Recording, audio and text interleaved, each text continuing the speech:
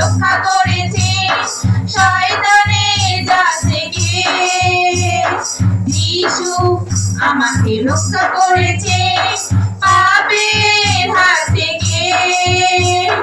যিশু আমাকে রক্ষা করেছে শয়তানের জাল থেকে। আমি গাই হালেলুয়া, আমি গাই হালেলুয়া, আমি গাই হালেলুয়া, আমি গাই হালেলুয়া। আমরা শান্তি পাবো যিশুর নামেতে, আমরা খুশি হব যিশুর প্রেমেতে। আমরা শান্তি পাবো যিশুর নামেতে, আমরা